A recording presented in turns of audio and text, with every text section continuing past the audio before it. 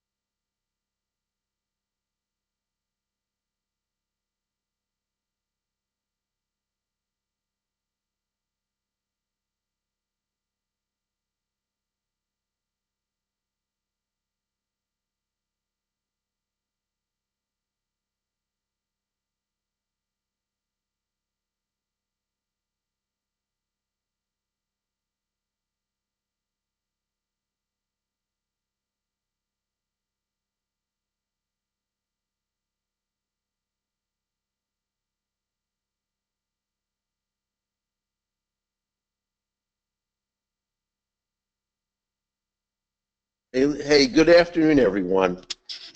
This is Mark from Right Line Trading, and I want to thank everybody for coming into the room today. And I think I can guarantee that over the next hour, you're going to hear a lot of material that you've never heard before. I've listened to lots and lots of options webinars, and the only thing that they don't tell you is the important stuff. I mean, there's a lot of fluff and a lot of commercialization and a lot of hype, but really when it gets down to the nitty-gritty, I just don't see it. And I just listened to two 90-minute options webinars. I listened to the recordings of them off of YouTube, and I learned nothing.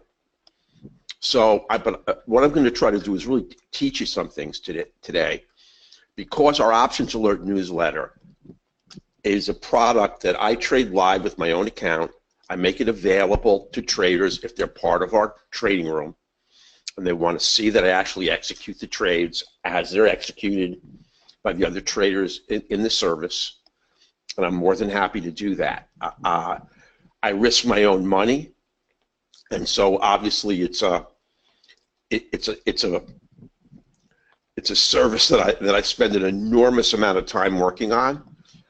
Because I really have a lot of risk capital tied up in the options that we trade there, and we're up almost 100% year to date, very close to 100%. I don't have it calculated out exactly.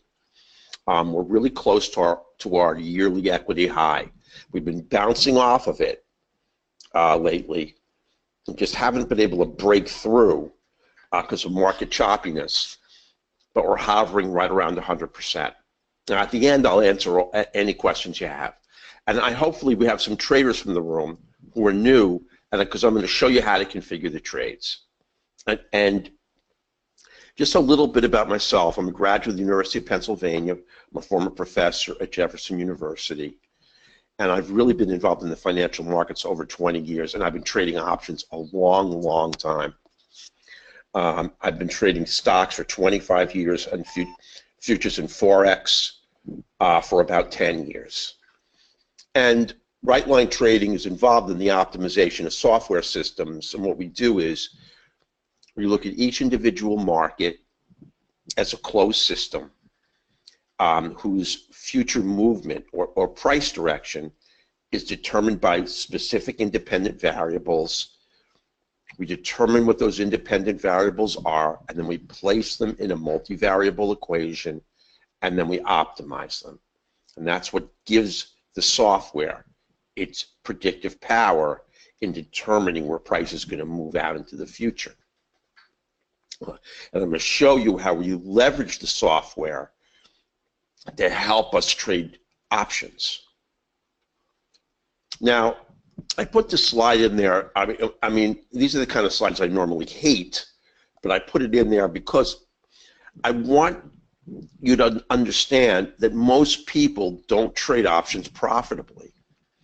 And if you're tired of trading options on your own and you've lost money, because I get so many people who call me and tell me that, and the biggest complaint I get is that they really took expensive mentorship programs and then went on to trade what they learned, and they lost a fortune. And I'm telling you, that's not going to happen here. Now, in general, 80% of options traders lose, and only 20% of options traders consistently make money. And I mean, I'm going to promise here that I'm going to reverse it. Obviously, I can't make any absolute guarantee, but over the course of the last 2 years, our performance has been really nothing short of stellar. And this is in a live portfolio. This is not a hypothetical portfolio. And there's no reason why the losers can't give their money to you rather than you give the money to them.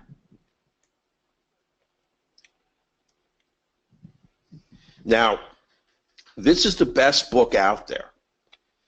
I mean, if you want to learn the mechanics of options trades, if you want to look at the equity curve lines, you know, and how they work on a butterfly or an iron condor, a covered call, you need to read nothing more than Trading Options for Dummies.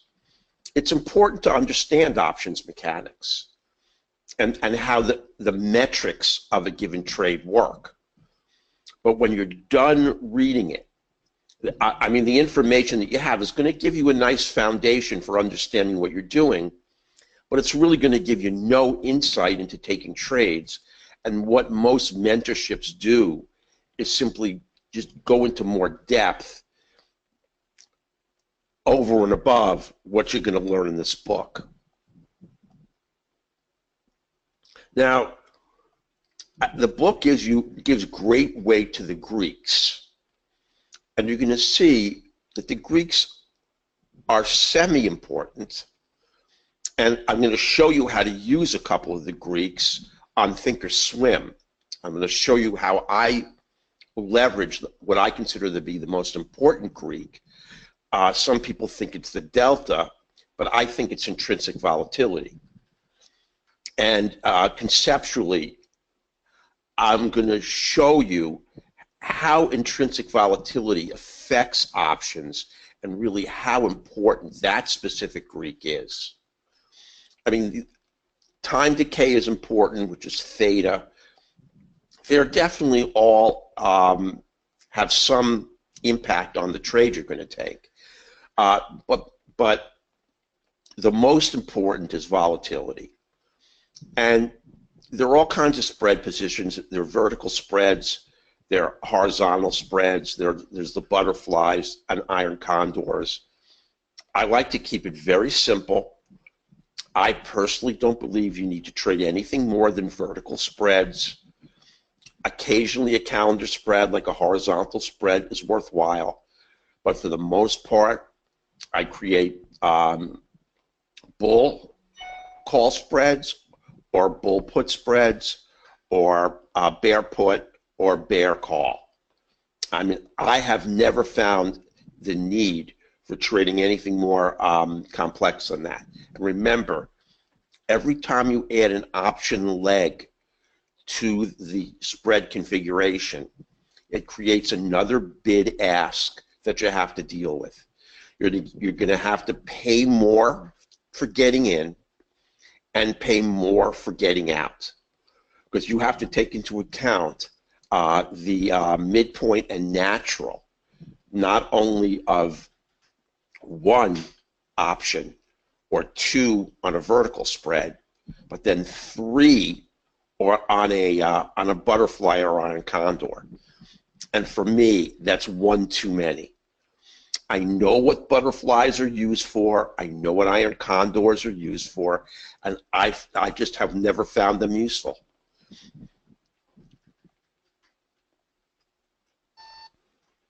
Now, the question is, both spreads have the same exact metrics.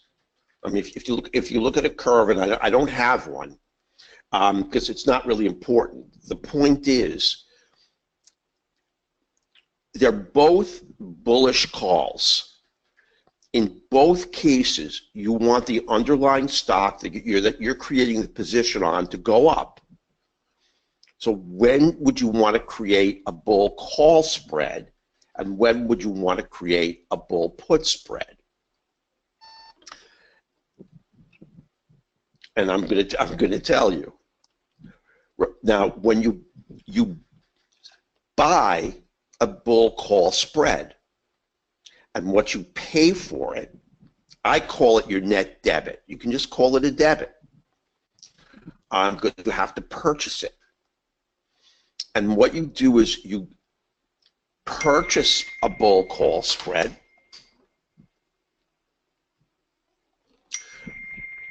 when implied volatility is low. If the option spread is cheap, you want to buy it.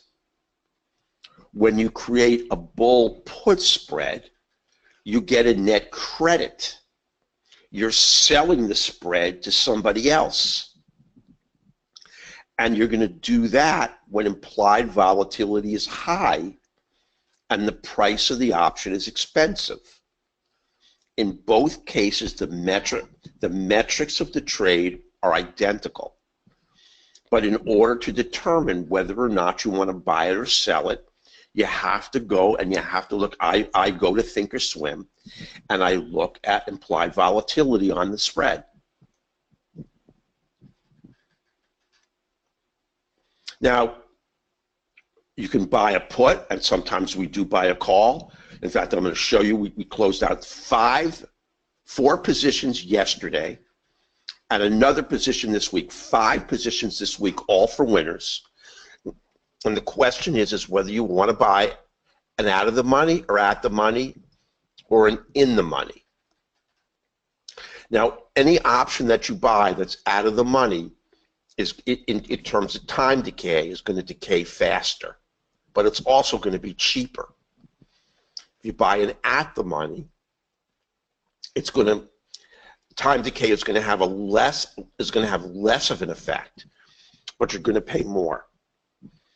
And if you're going to buy an in the money, obviously you're going to pay the most, but time decay is going to have the smallest effect.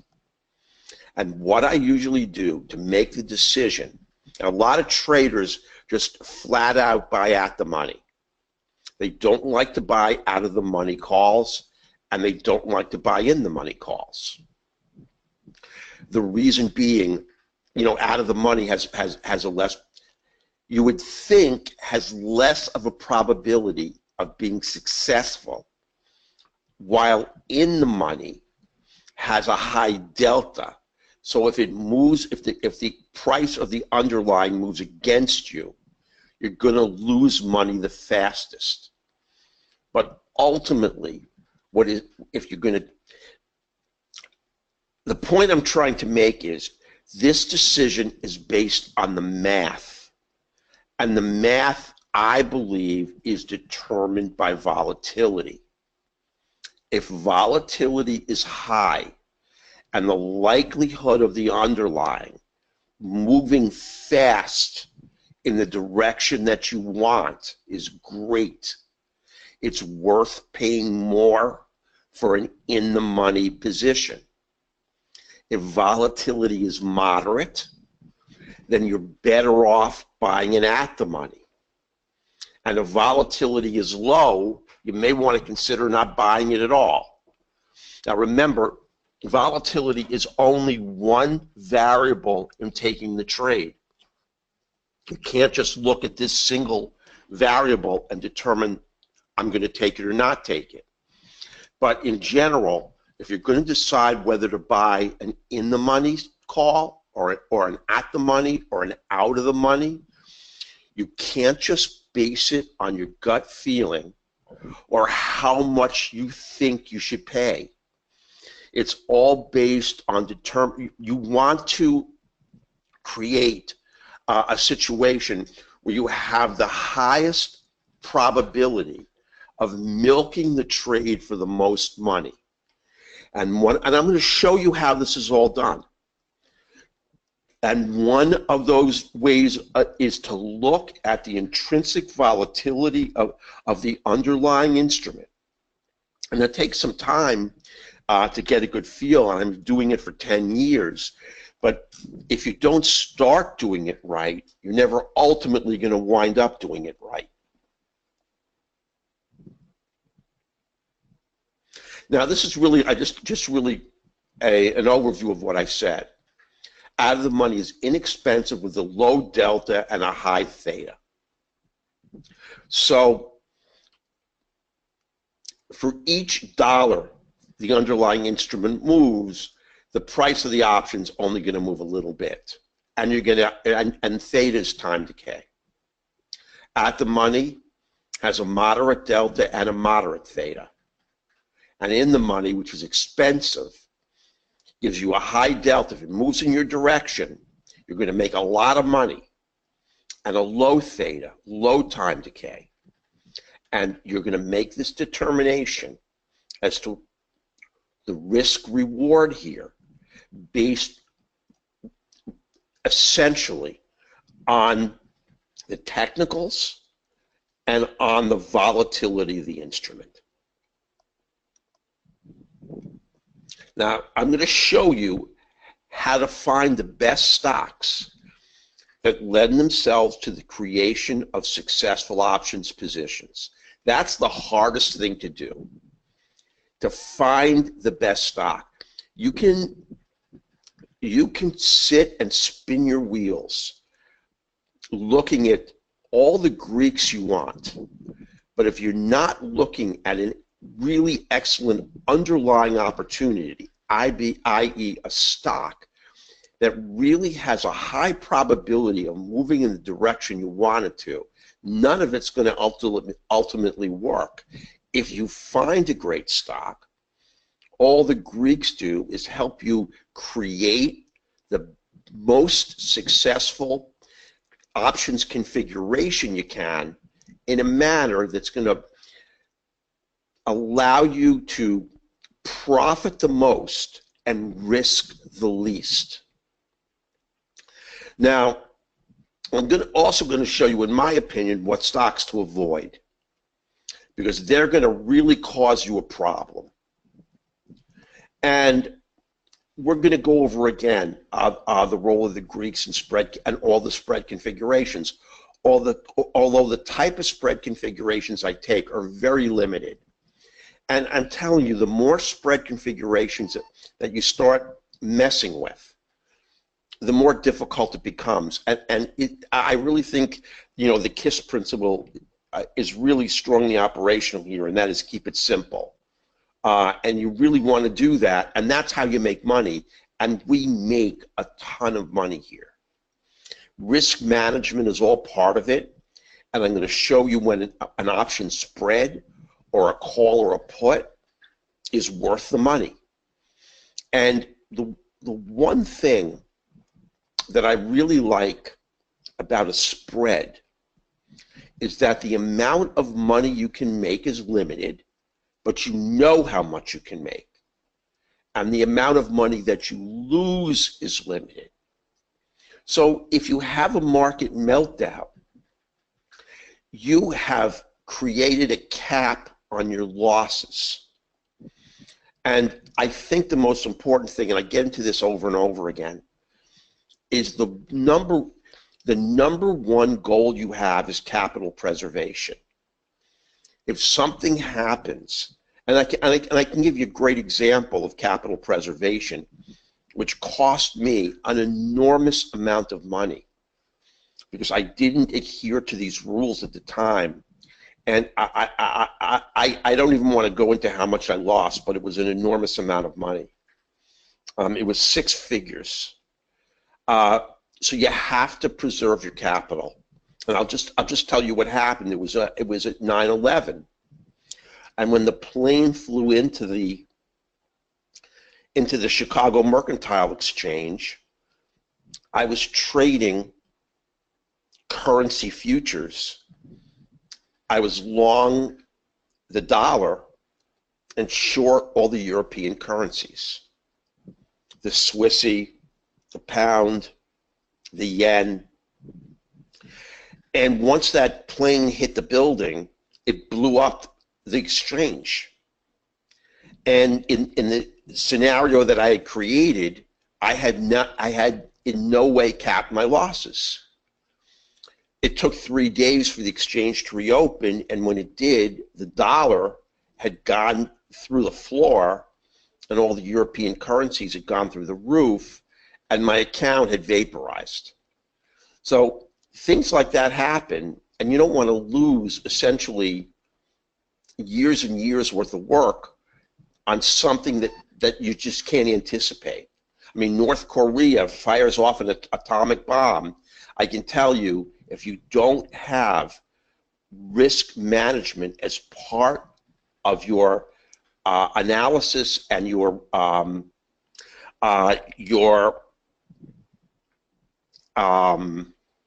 trying to think of the right word, because it's obviously not scripted, as part of your investment strategy, you can get really burned and you can lose a couple of years worth of profit. So in finding a great trade, is it really a combination of technical analysis and fundamental analysis? And nothing is more important, I think, in trading any specific financial instrument than fundamental analysis, as it is in trading options. That's what makes options, I think, so incredibly misunderstood. Very few people teach it right. The webinars I listen to are really screwy because they don't really tell you what's important. And you wind up moving on to trade options wrong. There are a lot of smart people out there, though, and I know a lot of smart people trade them right. Now, part of that fundamental analysis is news. You know, the Trump administration is going to cut corporate taxes, and in fact, we've got that tax package which looks like it may actually pass the Senate. You know that defense spending is a big priority of this administration, and he's going to put money into the military, and defense stocks are something that we're always going to want to look at. Infrastructure spending is important. Those stocks are important to look at. I mean, recently we had a blocking on it, which always happens to me in the afternoon after I eat lunch. I block on everything. Tesla come out with their new electric truck. As soon as I heard that, I looked and saw who was the company that had placed the order for these electric trucks. The upfront charge on them is about $175,000 a truck. Normal is about $100,000. But these trucks carry an 80,000-pound payload, so to speak, and they can go 600 miles on a single charge. If this becomes widely used, it's going to wipe out railways, and it's really going to create a major inflow of money into trucking. It was J.B. Hunt. J.B. Hunt was one of the stocks I closed out yesterday for a really nice profit.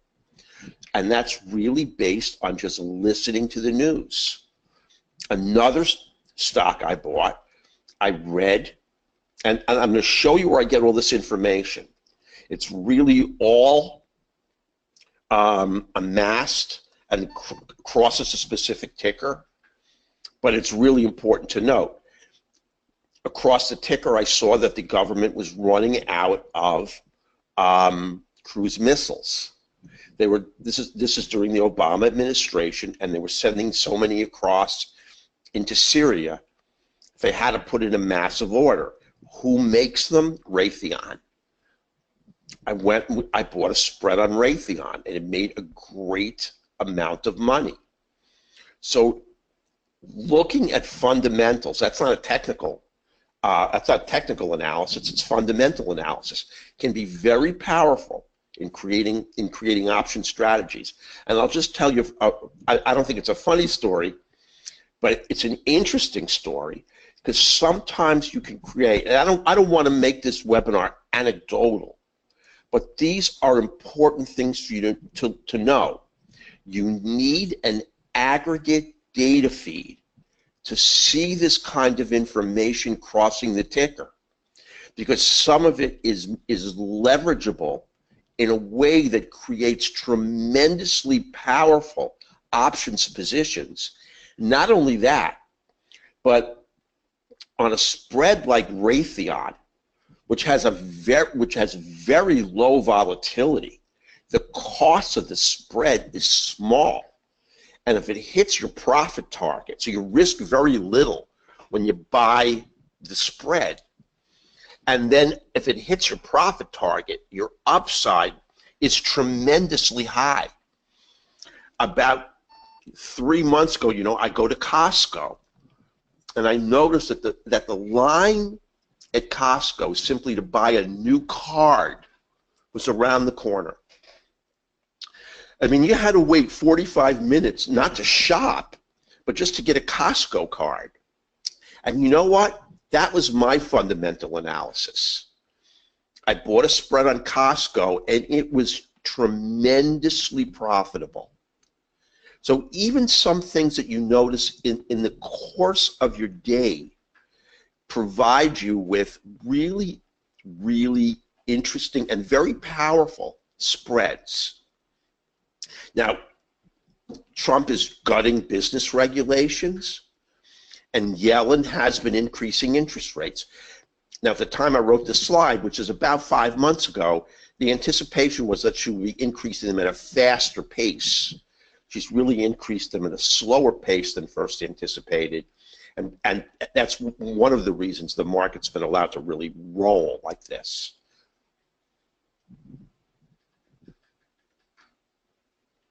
Now, more formal forms of fundamental analysis is you really need to look at insider buying. Again, you need an aggregate ticker to watch this information cross, but this is real powerful. Now, I'm going to show you some of the spread positions and some of the just calls I hold right now, but I bought Freeport McMoran, which is the ticker's FCX, and I currently have a spread on it, and it's a struggling spread. It may still do great, still has the opportunity to do it, but right after I created the spread, Carl Icahn sold 15% of his stake in that stock, and it created a tremendous amount of weakness. Now, if I would have known that before I created the bull spread, I would have created a put spread, a bear put spread, and caught the downside draft. So when you get large, especially well-respected investors, or the CEO or the CFO, the guys that you believe have the inside knowledge as to what's going on in their firm, selling or buying very large positions, it's going to move the stock. Now, brokerage upgrades and downgrades are a lot more variable. Sometimes you can use brokerage upgrades and downgrades as a contrarian indicator. I mean, when a stock has tons and tons of downgrades, and it gets an additional downgrade, and it doesn't move down anymore, that's a great example of a stock that's got a bottom. When an additional downgrade by a broker can't move it down anymore, the only traders that are holding it are the strong hands, all the weak hands have been shaken out.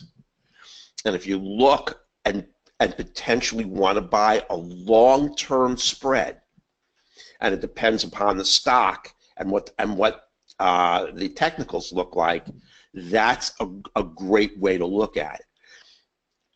A strong upgrade, though, can really send a stock flying. And if you're holding a position that gets a nice upgrade, you're in really good in good shape. And news is really important. I'm going to give you another example. And again, I don't want to make it anecdotal, but this is the stuff that helps you make money.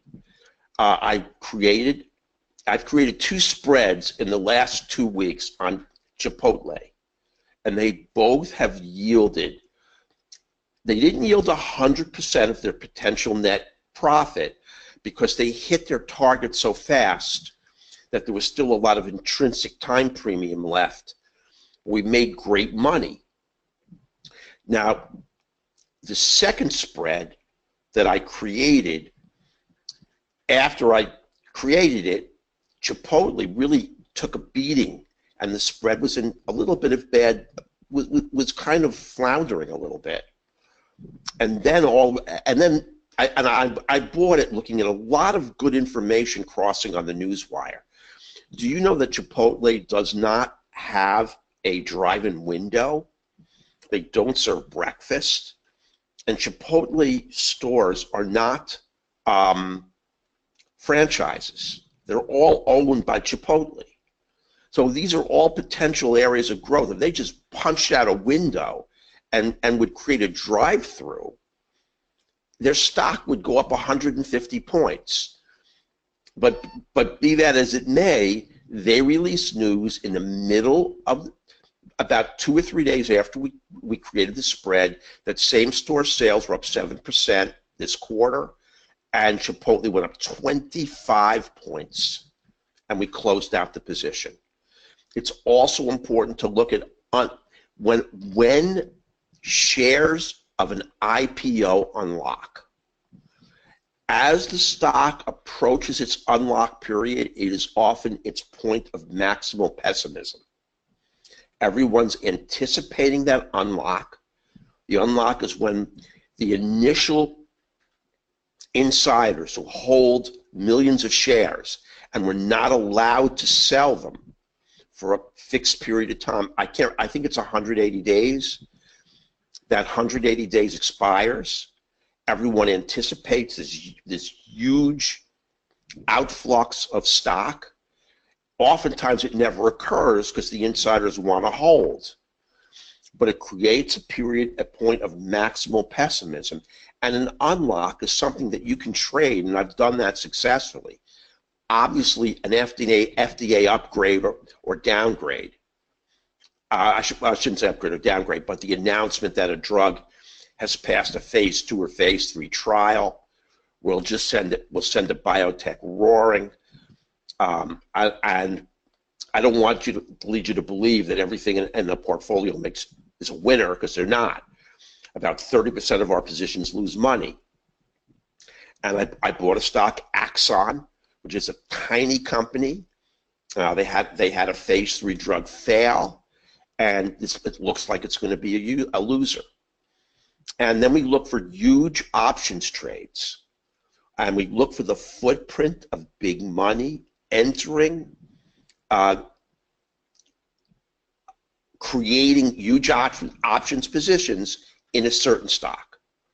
And I'm going to go into examples. I hope this wasn't too much information. I didn't ramble on too much, but I want to give you examples. And I mean, no one's going to talk to you about how the lines around the corner at Costco is enough to I mean, you have to do more due diligence than that. The line maybe around the corner because there's no tellers processing new cards. So it's just more information than that. But when you go into Costco and you find out that all kinds of things are sold out.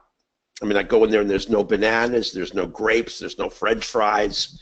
You know that the store is just being inundated with customers. Now, here's the positions you should avoid. and that's creating an options position in a stock with a tarnished brand. And if you remember with Mylan Labs with their EpiPen, I was considering buying a spread on Mylan, and thank God I didn't, because once a stock brand is tarnished like that, it may take even years for it to recover. And as far as I'm concerned, Mylan is a dead stock for me. I mean, it can go up if it wants to, but for me, I don't consider it a really low-risk stock to create an options position on when there are a million better opportunities out there. And the other killer is creating an options position when there's only a small amount of open interest. That is really a bad deal. You can get into it, but you're going to have trouble getting out of it. And obviously the difference between the bid and the ask is huge. You just don't want to go near options positions that don't have large open interest. So what is the career ender of most options traders? And it's real simple. You can take a stock that's in a strong uptrend, but there is nothing, but it's almost nothing, that can stop it from going into sideways consolidation or retrace back to support, and take your option and give you 100% of your maximal potential loss. And remember, the stock never has to break its uptrend in order to destroy your options position. And there's nothing to predict the potential for a retracement or potential for consolidation. And I say that with this caveat. There actually is ways of predicting, and avoiding retracements and consolidation on great stocks. Oh, excuse me, I'm sorry. That just start moving sideways or start to retrace.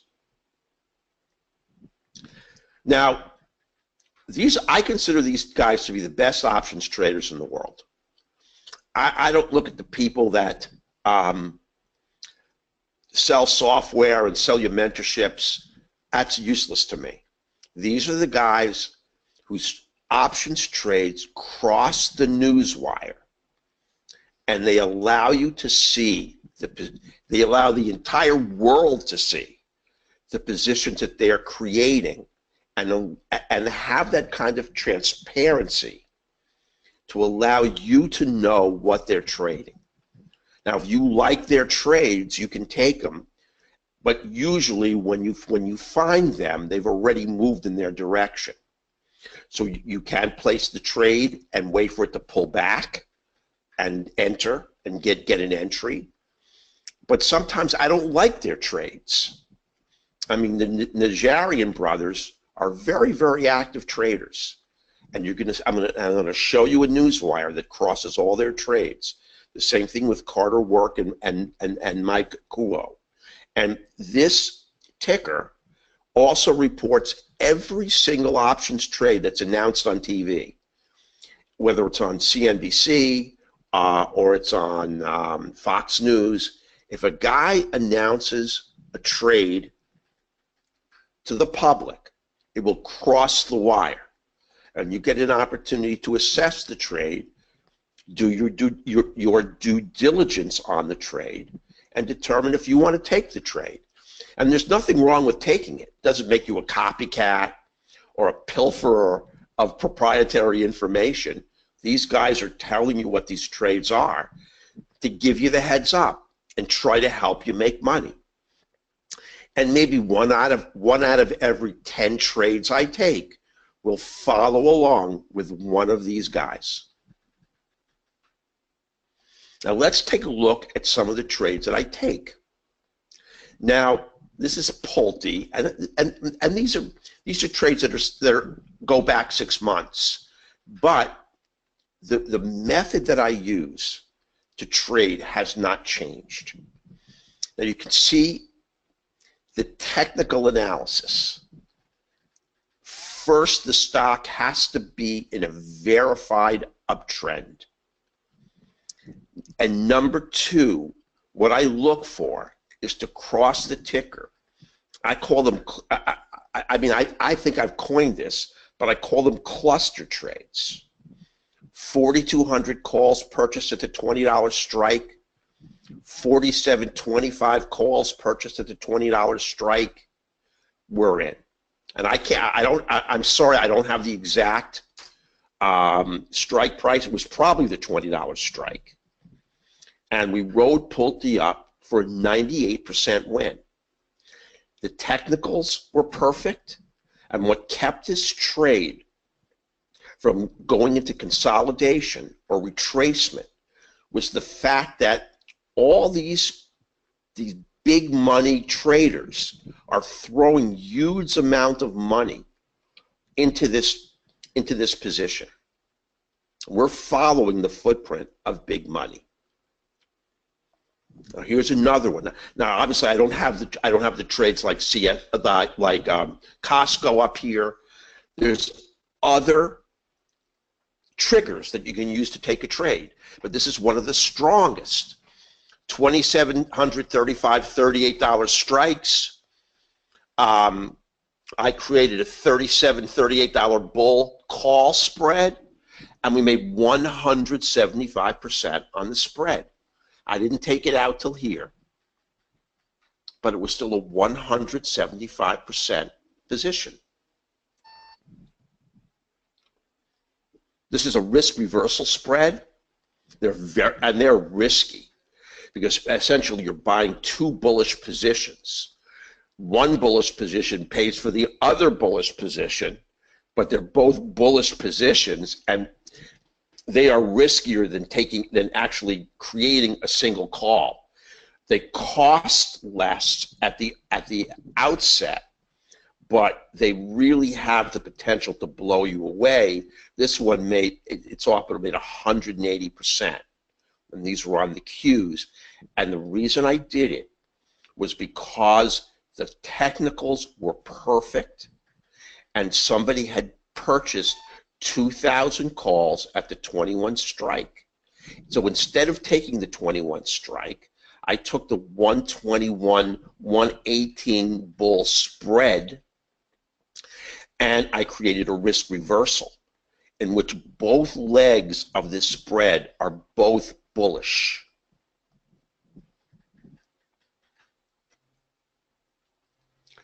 Here's another risk reversal. I'm sorry. I bought an iShares Mexico, and I'll tell you, I closed this spread too soon, even though we made 215%.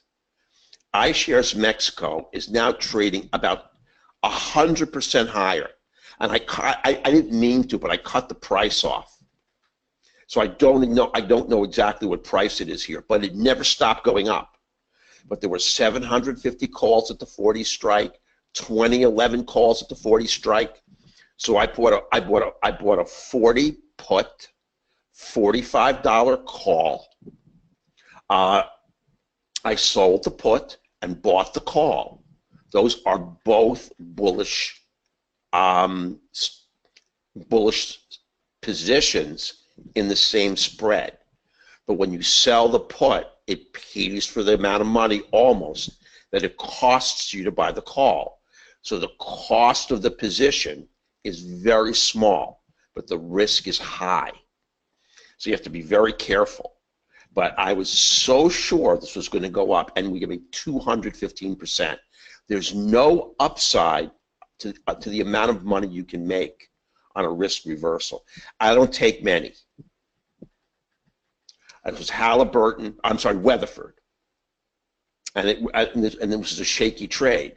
But what happened was, it was a 5,400 calls at the $6 strike, and this trade. And actually, what happened was the trade was tanking, and then they hired the CFO of Halliburton, and it shot Weatherford up to give us 109%.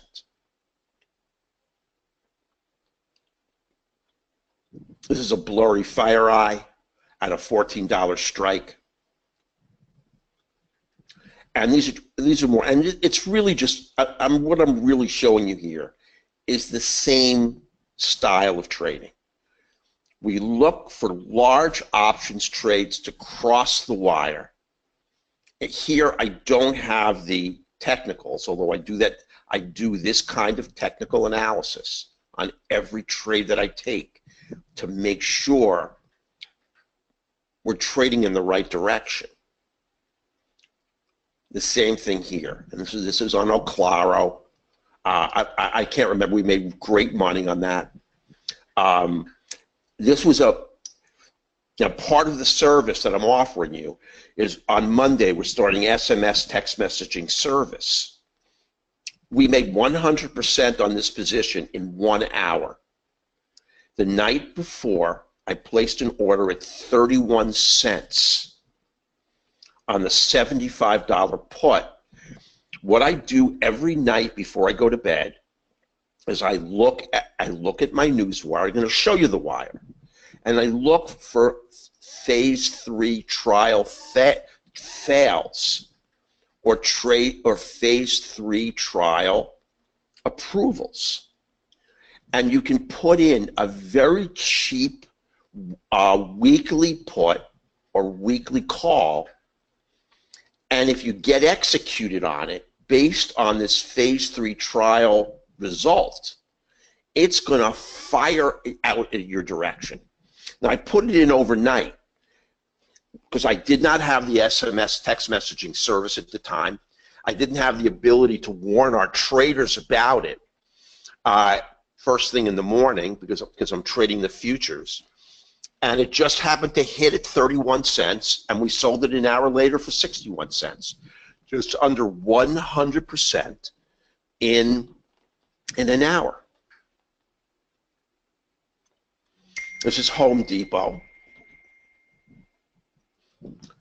My son texts me 10,000 times, only when I'm giving a webinar. And Home Depot took a beating on stellar earnings. This is about 6 months ago. And the old adage about catching a falling knife is really, really operational here.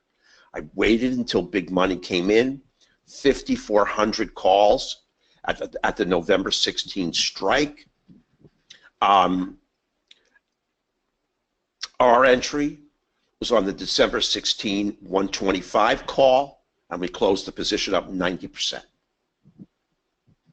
So I'm going to show you these are 5 positions I just closed out myself in our portfolio yesterday.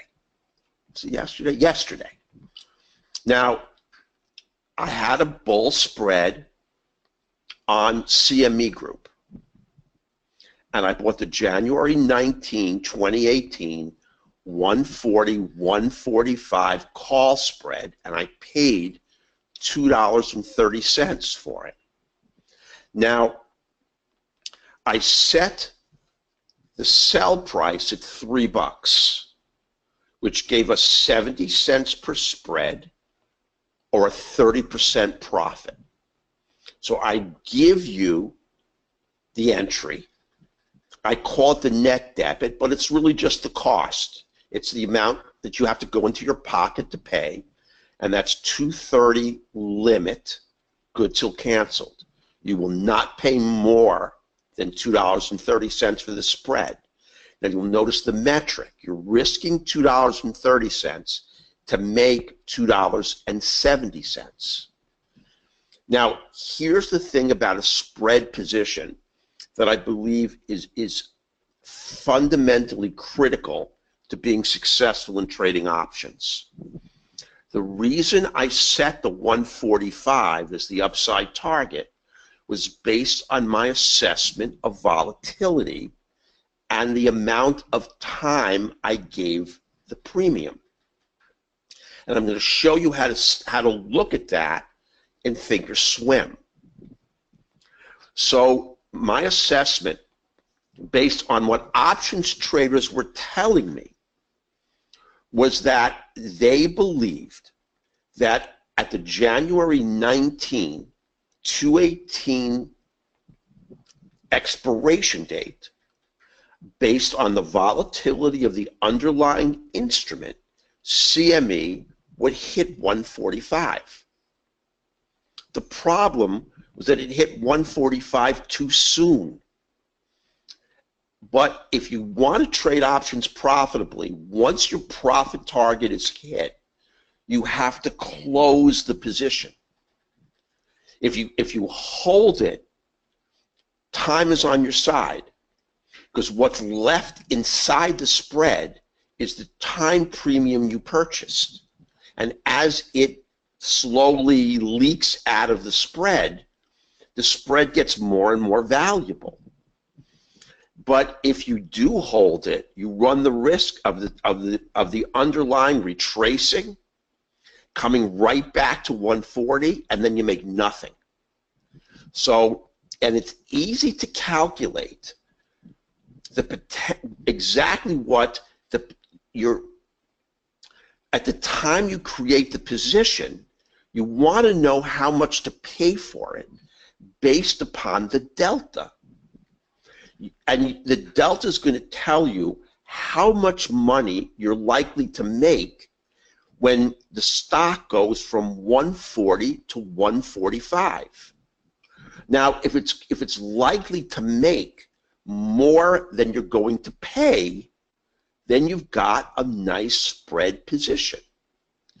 We paid 230. Our maximum upside was 270, but $2.70 was what volatility told me we were going to get. We were going to be able to make to get to the 145. So this was a doable spread. The metrics worked out great, and the risk to reward was better than 1-to-1. Chipotle was the same way. If you want to create a spread, I created the 280, 287.50 spread. Why didn't I create the 280, 285 or the 280, 290? Now, right now, Chipotle's at 300 something. There was no way for me to know at the time that they were going to put in that announcement that they had a same-store sales increase of 7%. The metric was determined by the volatility of the underlying instrument and the delta giving me about how much money I'm going to have to pay, about how much money I'm going to make on the spread, therefore determining how much money I want to pay for the spread. I know what I'm going to potentially make. I know my target. So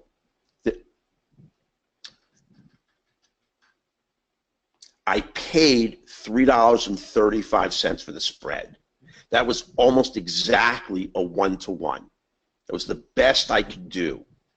But based on the fundamentals of Chipotle, I felt very strongly it was going to go up. I set a target of $5, which was too low. And it probably closed about 6 and ultimately went to 7.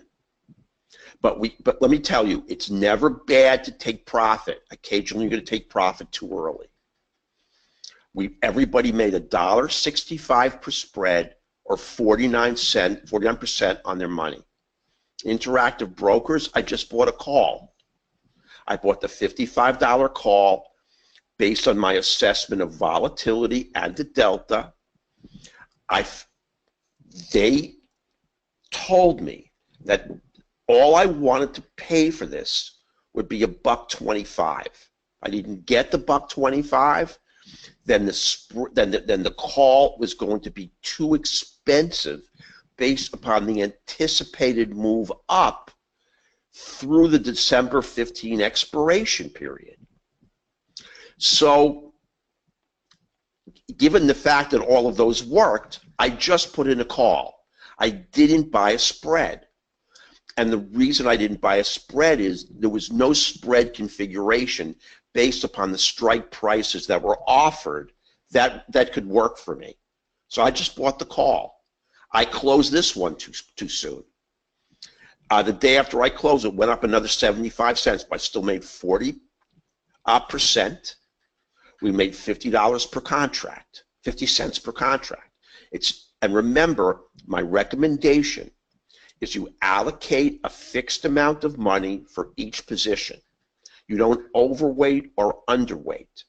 If you have $5,000 that you want to risk, we're going to have about 15 positions in the portfolio, which is also very rare. What I do is I create excuse me, a diversified options portfolio. What most gurus and most services do is they blow you out 3 or 4 trades a week or 3 or 4 trades a month, and that's it. What I do is I trade options just like I trade stocks. If you were to create a stock portfolio and you put all your money in 3 stocks, people would say you're nuts. If you're going to create an options portfolio and you have a fixed amount of money to allocate to options, and you put a third of that money in 3 positions, you'd also be nuts. What you want to do is put 1/15 of that money in 15 options positions, because it's diversified. We have Raytheon. We have, today we just bought Autodesk. I am looking to get into Salesforce.com. We diversify across multiple sectors, which gives us the opportunity to always protect our downside. And remember what happens. The big institutional money tends to rotate from sector to sector. Sector rotation is the way that institutional monies play this game. So you can pick off each of your options positions when that sector comes into favor. I closed JB Hunt. I told you why I bought it. The technicals worked, and the fundamentals were they bought those electric, they put in the order for those electric trucks based on based upon volatility and the delta. The amount of money, I just bought a call. All I would pay for the call was $1.50. If it didn't, now at the time I placed the order, it was trading at $1.75, and I didn't want to pay $1.75. So I told all the subscribers we're going to put in an order at $1.50 limit, good till canceled. If it comes back to $1.50, fine. But we're not going to pay $25 more for the option. It came back to $1.50. I set an upside target at $2.50. We made $1 per spread, which was excellent. I mean, if you bought five calls, you made $500 on this position, and we made 66%. Now, Home Depot, I also closed too early. There were multiple reasons to buy Home Depot. The technicals were great, money flow into Home Depot, multiple call positions being placed on Home Depot. Based upon where the big money was, the January 19th monthly was the best place to go, and the 170, 175 spread based on volatility was the best spread to create. I wouldn't pay more than $2.45 for it, and I waited until Home Depot came down to take my order. We risked 245 spread. Our upside is 255, better than 1-to-1. I closed it way too early. We made $80 per spread. Nothing to listen. 5 spreads is still $400, and that's 33%. Now these are the 5. I took them in my own portfolio. Every entry, when I throw them out to subscribers, is open. I can't jump in ahead because that's manipulation. I have to throw this position out while it's still open, and when I throw out the closed position, I'm still sitting in the position and I close it when everybody else closes it. I'm in with everyone and out with everyone. Now, the number one goal is capital preservation, to mitigate risk, create spread positions, and position size. And I already told you about position size. The best position size, at one point I thought with the trades to create an equal weight, overweight, and underweight, sort of scenario. But I don't think it's reasonable, because because with the metrics all telling you we're going to get a winner, what you should do is equal weight every position. Now, what I want to do is I want to show you my data feed. Now, I don't proffer other people's stuff, but this is the Benzinga data feed that I use. Now, we're going to Benzinga is going to give us, through us, we ask them for a special price for this data feed. If you're interested in it, the link that we put in is going to get it for you for the cheapest possible. I can't trade without it, because first of all, you can create a widget here, and this gives you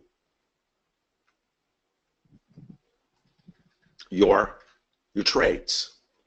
Now, these are really what we're holding in the portfolio.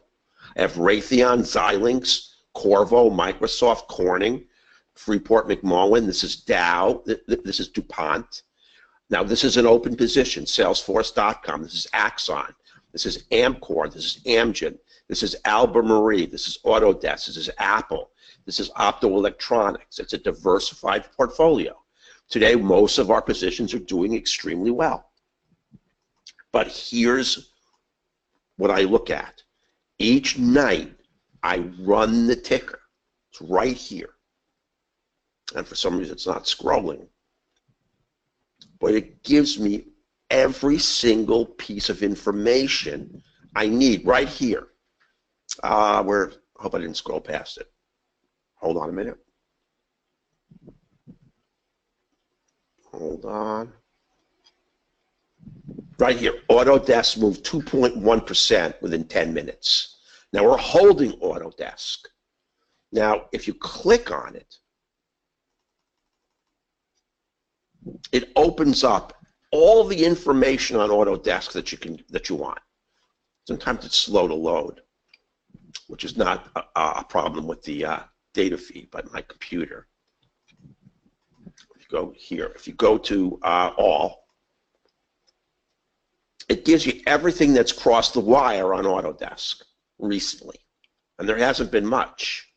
It also gives you a daily, and you can see how Autodesk is on the rise.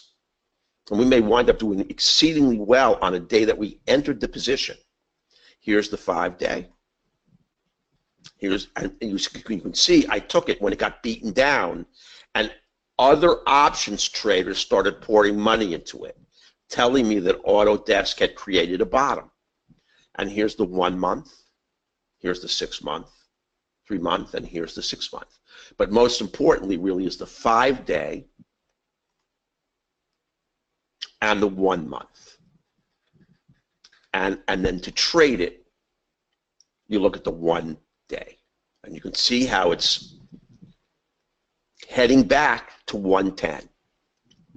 Now, I'll tell you, I don't have the options portfolio open, and I can't remember the spread I took. I just can't remember. If I told you the spread, I might be giving you misinformation. I don't remember what it is, but it is a spread. And this is really, I think, fundamental to trading profitably. And you can see every time there's a block trade of stock, a large options position placed, or major news is in red, and you can click on any ticker and bring up this huge window. And for me, this is fundamental to trading. Now, I'm going to show you Thinkorswim. I can't show you all of it because it's got it's got how much money I have in my account, and I mean that's obviously personal information. I can't I mean, I just don't want to announce that to the world. But let's take a look at a position that we have, that we just created. Let's look at Autodesk. Now here it is, right here. Now here's the position. Now I know what I created. I created a 110, 115 call spread with a January 18 expiration. Now let's look at the metrics of the trade and determine why I took the trade. Now this is something that you really have to start gaining experience with. Remember, this is simply naked volatility. It doesn't tell you that money is coming into Autodesk. It doesn't tell you the technicals of Autodesk. It is simply basing the probability of a winner on volatility alone. And this is what led me to create the 110, 115, not the 110, 120, or the 110, 125. Now, here's the position we sold.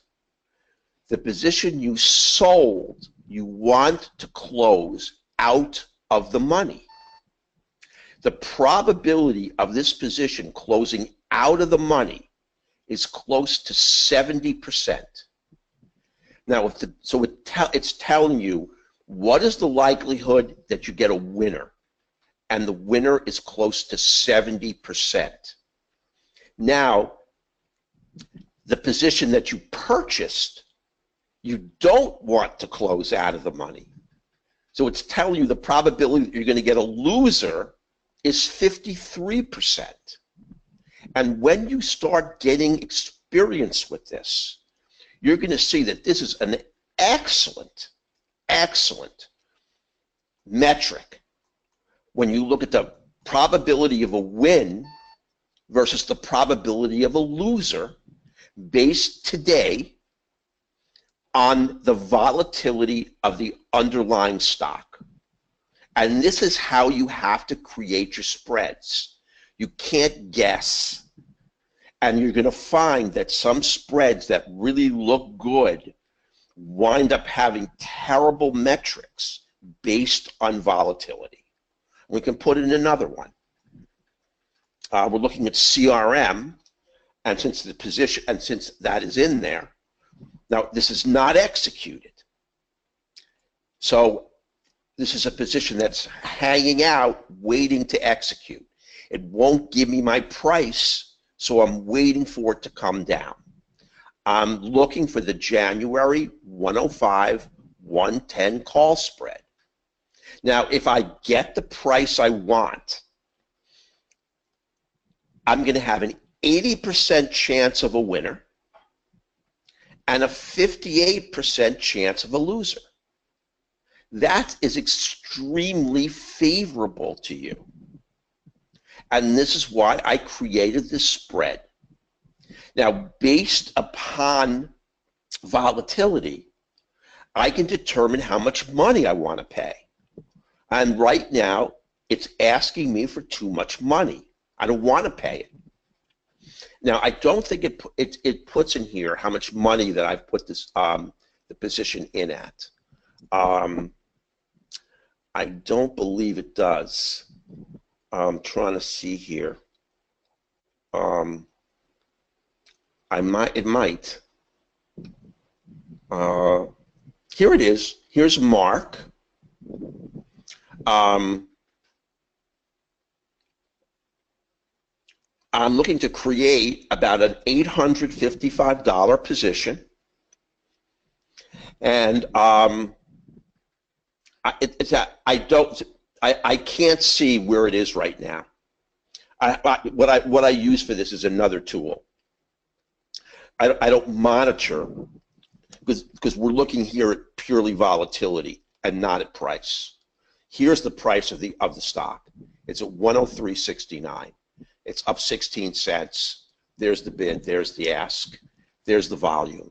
There's all those. There are all those other metrics. Now, if I look at another tool that I have, which I'm going to tell you, I can tell you where the price of the option is right now. I just can't project it. At the same time, I project this. But these are all the metrics that you have to watch. I just chose to project this screen. Now, right now, I'm looking to buy it, and I only want to pay $1.40, but it's being offered at $1.61. I don't want to pay $21 more. If I do, it's going to shift these metrics. So I wanted to show you more than just a lot of fluff. I wanted you to understand how a spread is placed, how you make sure that the odds work in your favor, all the things that are necessary, and the due diligence that's required. Now, I'm going to show you that I'm going to teach you how to do this in a 4-hour mentorship, which I think is pretty cheap. But if you want me to do it for you, you can just subscribe to the alerts, and I'm going to give you the trades. Now, I'm just going to skip all this. So what I send you, I sent out today options alert number 181. That's how many alerts I've sent. Almost one every other day. Sometimes I will send out 3 a day. Anytime there's a change in anything in our options positions, I'm going to send out an alert. Now, starting Monday, I'm going to be able to send out text messages. So if we need to take some quick profit or take a trade off the table fast, if you opt in for the SMS service, it'll come right over your phone. I do a weekly update to tell you the status of all our open positions, and then I do a monthly review where we really go through each of our positions. I look at damaged positions where we may consider closing for a loss, and we look at the ones that are flying, and I keep you up to date and I keep you posted. And this is really, so here's the price. 1 month, you don't really get a discount. It's $79. 3 months, you get a nice discount, and 12 months, you get a huge discount. So that's the cost of the service. And let me tell you, for $79, I do an enormous amount of work. This is my own money involved here. I'm not just looking to sell subscriptions and then throw them out, and then throw out trades for you. I do an amazing amount of due diligence. I sit with that ticker every night, and the thing that gets me up in the morning is I have to go through the ticker pre-market. Because here's the, let me give you one benefit and one downside to options. One benefit to trading options is, let's say we have an open position, and I look pre-market, and something horrible has happened. And this occurred in Macy's. We had an open position to buy a call spread on Macy's. But pre-market, Macy's released, something happened, and Macy's collapsed in price. So pre-market, we get to cancel the options trade and sidestep the loser. Also, if there's some great announcement that's going to send the option price soaring, I can send out an email to tell traders to close the position within a half an hour of the open. I can't give them an open price because volatility is going to skyrocket. It's going to, and I can't anticipate the price of volatility pre-market. Options are all frozen in price, but the heads up is out there. Close the position at the best price.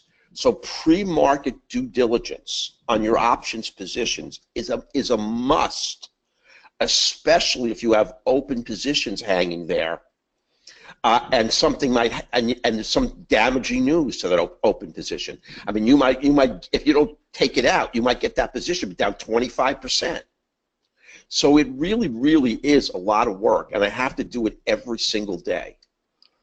Now, if you want to take the one step further, now if you just took a couple of spreads on these last 5 positions, you'd be up a couple of grand.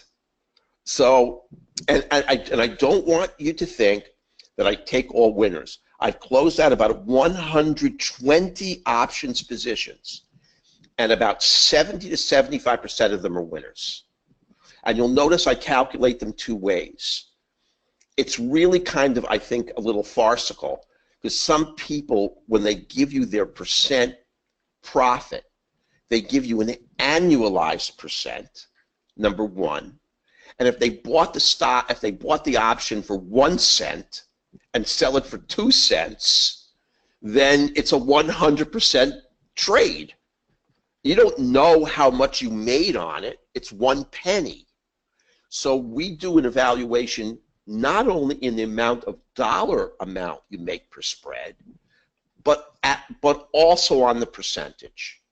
Now, if you're trading the same amount of money, it's not going to necessarily be the same. If the risk on this trade is higher and you want to allocate 500 bucks, you may have to buy fewer positions.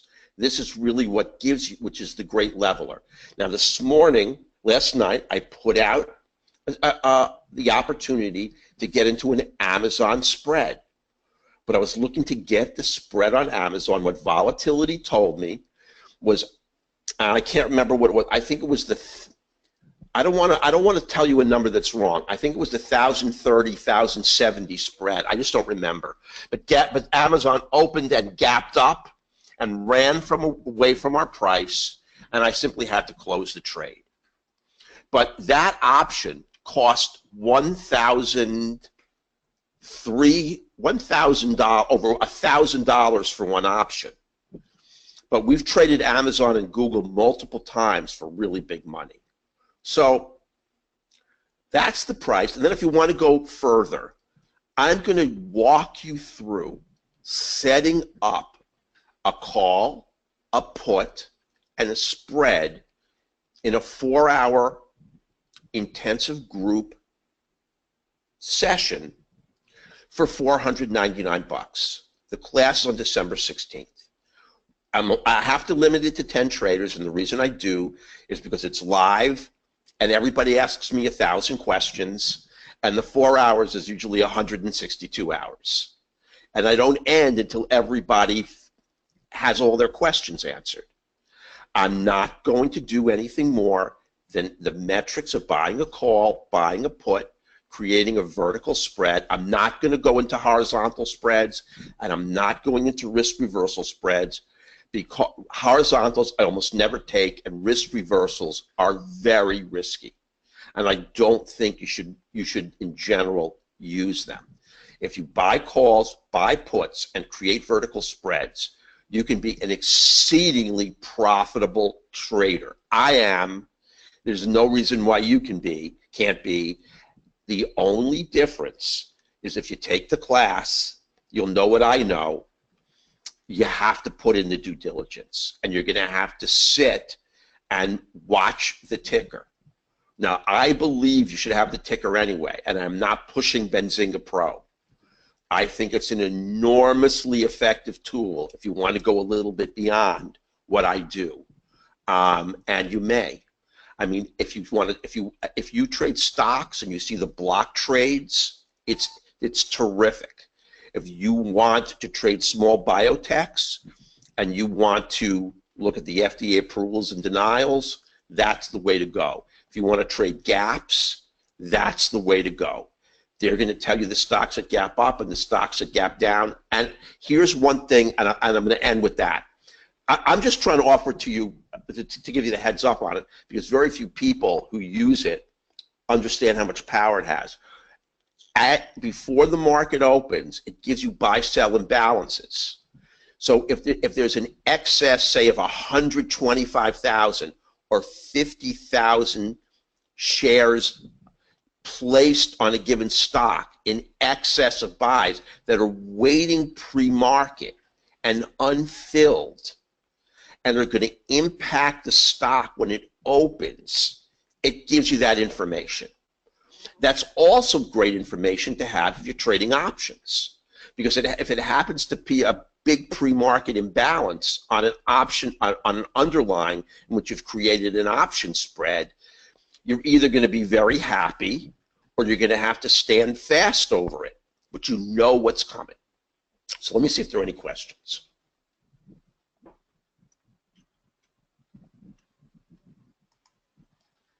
Okay.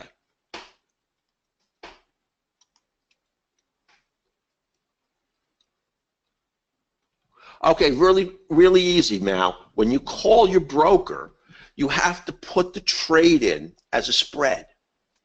So let me tell you what you would tell your broker is that you want to buy the January 19th, 2018 CME call for 140, and you want to sell the 145 call, and for the spread, you want to pay $2.30 limit good till canceled.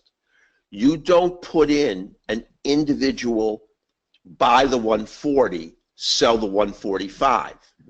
You create the position together. So it either executes at 230, in which case you get both legs of the spread, or it doesn't execute at all. It's just that simple. You tell your broker you want to buy a spread, and he will know exactly what you're talking about, and he's going to ask you for the strike price or the strike date and the strike price of the two spreads. And when I actually release the trade, I tell you that you're going to buy the 140 and sell the 145. It's right there. So the instructions for the trade are right in there. Once we close it, I break it down for space purposes. It still says bull call spread, and in a bull call, you know you buy the lower and you sell the higher. But in the initial information I send out, I actually break it down. So it says buy the 140 and sell the 145. The net debit limit is $2.30 good till canceled. And it just sits there. And if it hits, you got both legs.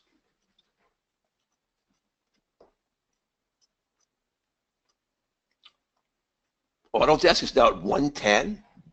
Let me see. I'll tell you what my Autodesk spread is. I can find it. Hold on. I think it's 110, 115, but I'm going to go in and look. My Autodesk, according to here, is at 111.02. I may be looking at the delayed on I'm looking at my phone, but I'm looking at the 110, 115 Autodesk call spread. It's with a January 9 expiration. The fact that it's really moving like this is very encouraging because it's coming. You saw it took a pasting. I only bought it because there's a ton of other options traders who have placed large call positions at the January 19 strike. I created the spread, and I'll tell you what I paid for it. It's in my filled positions here. I paid $1.85. So I'm risking $185 for the opportunity to make $315. That's the kind of risk reward you want. And I'll just go into a little more depth on your question, Mal, and that is when you see the volatility metrics, you can sometimes, I call them buying an out-of-the-money call. And when I created the 115, 110 spread, Autodesk was below the lower number. It wasn't in between 110 and 115. It was around $108 and about 85 or 90 cents. But volatility told me I could make it to 110. To 115.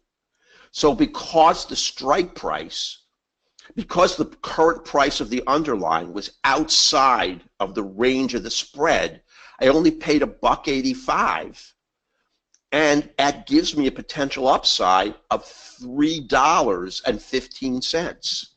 So I have almost a 2.5 to 1 risk to reward on Autodesk, which is superlative.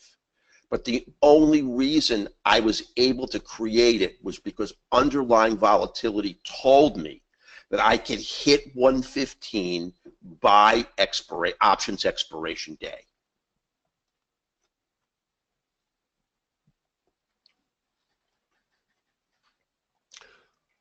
Listen, Gene, volatility tells you how far the price, how far the underlying is going to move in this way.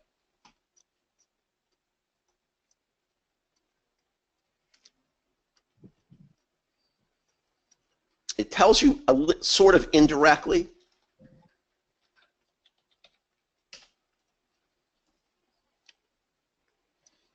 But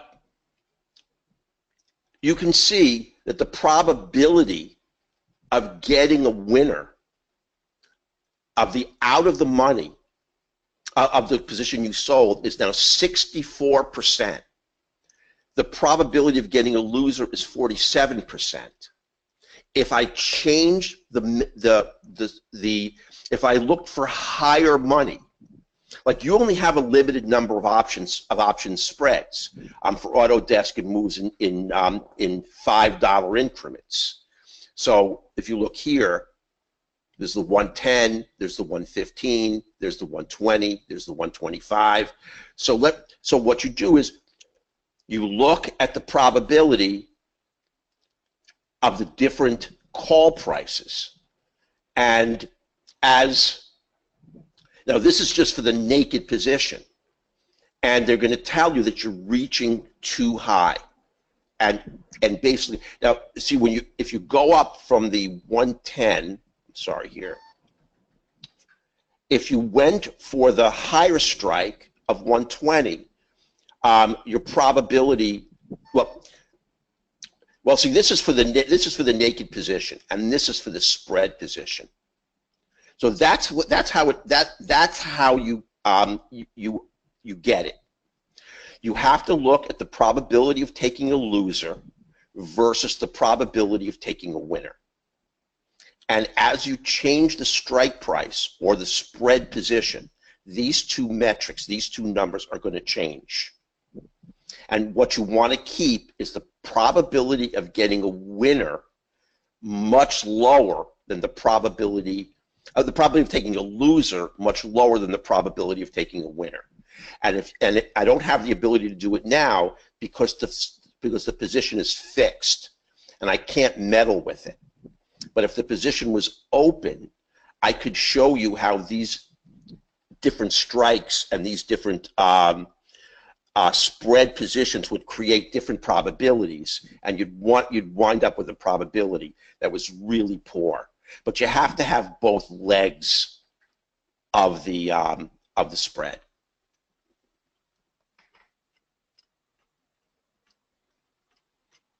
Well, here's the problem, Mal. You can't do it on Autodesk once the position is here in place, because I can't do that right now. I mean, it's already stuck here. Now, let's say you wanted to create a 110 right here. A 110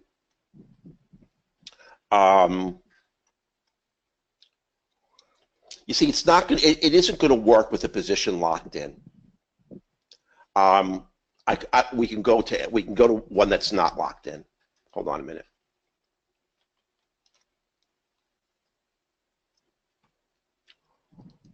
Let's go to CME.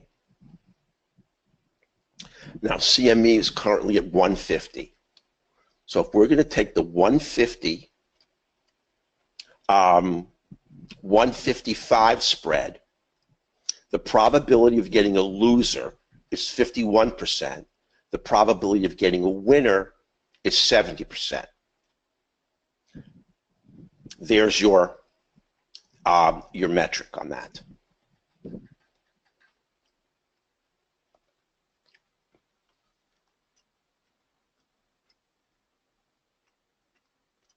Jeff, I always use Thinkorswim. I mean, I don't even think they're the cheapest, but this platform is terrific. They provide you with personal service, and they teach you how to use it. I think Interactive Brokers is the cheapest, but it doesn't make any difference which options provider you use. It doesn't matter. But I can't show it to you, but the Thinkorswim phone app is so terrific that you can essentially manage your portfolio from your phone. And that is one of the reasons why I love it. Like, I can take any of these trades on my phone with as much precision as I can in my portfolio. Now, I can't set it up on my phone, but once the trade is in place, I can then manage the trade and do everything I need to do right off my phone. And I can tell you today, right off my phone, I'm up really nice money today on Xilinx, Raytheon, a little bit on Qorvo. Microsoft is really good. Down a few bucks on Corning, down a few on FCX, up fair on DuPont, up fair on Axon. Amgen's only up $4. Albemarle is up nice, and they mine the stuff that goes lithium. And Autodesk is up a nice amount today on a position we just opened today. Apple's up really well, so I can do everything from my phone. That's why I like Thinkorswim.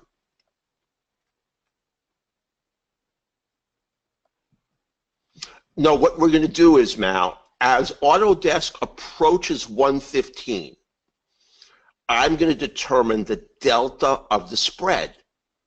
The delta of the spread will determine the price of the option when the strike price hits 115.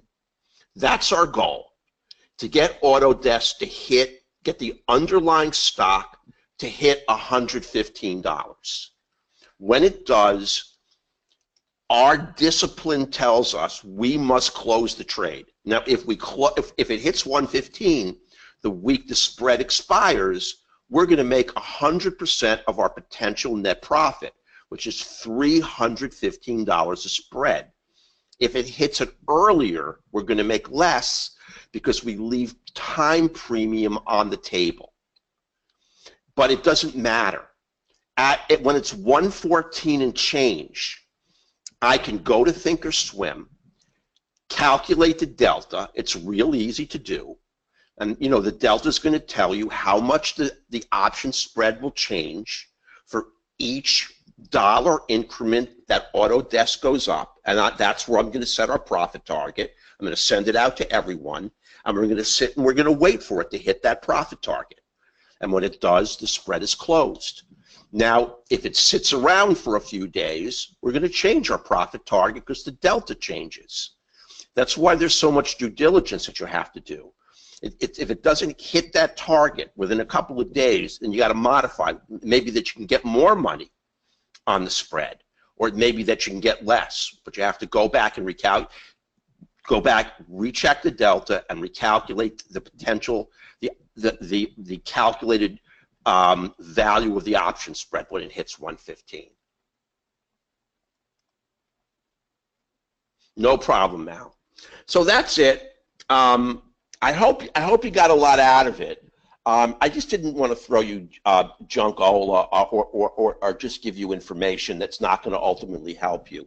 I mean, even if you don't subscribe, you understand the fundamentals of how to trade, and you see that, you know, spending $5,000 on an options mentorship isn't going to do anything for you. You really have to learn how to leverage the delta, and you have to learn how to leverage volatility to create really profitable spreads. You want to limit the number of legs in a spread because you have a bid-ask to deal with on a spread of 2. That's enough. And if the spread doesn't configure well and you really love the stock, and I loved Interactive Brokers based on the technicals, I just bought a call. But for the most part, I really like spreads. because in a catastrophic situation, I already know that for every spread that I placed on Autodesk, the most I can lose is $185. If I buy 2 spreads, I'm going to risk about $400 to make well over $600. That's a great risk to reward, and you don't find that in very many places. So that's it. Thank you so much, Jeff. I really appreciate it. So listen, have a great afternoon. It's going to be recorded. I would love you to come aboard on Monday. Starting Monday, we're putting a new dimension to the service, and that's the text messaging service. And what I'm going to look for pre-market is the ability to text you options trades that we're going to go in and out of in, say, 1 or 2 hours. I'm going to be looking for options day trades. I've never been able to do that before because I can't. Even the emails are too slow, and they're going to cross your phone. Remember, at the time I text it, I am always open in the position. You're going to have time to place the trade and get in it if I get in it. And if you don't get in it, if I get in it and you don't get in it, and you ask to see that I did get in it, I'll show it to you. And you know what you get to see? If you ask to see my execution, you see time of execution. And if you can actually see whether I gave you enough time to execute the trade at the time I did. So you can all you got my feet to the fire. You got my feet to the fire because I take every trade. And I just want to tell you, and then I'm going to close with this. This is my live account. I mean, this isn't a sim account, and you can see that ADSK is a live trade for me. And you can see right here today. I've made $237.50 on Autodesk on the first day of trading, which is not half bad considering we entered it and for a while it was down. That's my real profit loss on the trade today. Now, if you took this trade, the whole service is $77 a month. You're already up 4 times the service or 3 times the service. So, but I just want you to see these are live trades, and I'm not messing around with them. I do these real carefully. I do a lot of work. So we're at rightlinetrading.com, info@rightlinetrading.com. Our number is 786-713-5276, and I really mean it when I limit it to 10, because after that we're going to be in the room for 12 hours answering questions, and I need to get I need an IV infusion of water because I get dehydrated. So if you'd like to see exactly every metric and everything I do, come aboard. If not, hopefully you subscribe to the newsletter and you'll make money with the rest of us. What's that, Rory? Okay, well, we got 2, so we got 8. So listen, everyone, have a great afternoon. And no matter what you do, I wish all you guys good luck. We are the small traders. We trade 2 options, 3 options, 5 options, even 10 spreads. And you should see what crosses the ticker. $250,000 trades, $500,000 trades, $1 million trades. We are, these are the guys that make the money. We have to follow them. We have to follow those footprints, and we have to follow our technicals, and if we mind our P's and Q's, we can make really nice money. Have a great afternoon, and best of luck to everybody. Take care all.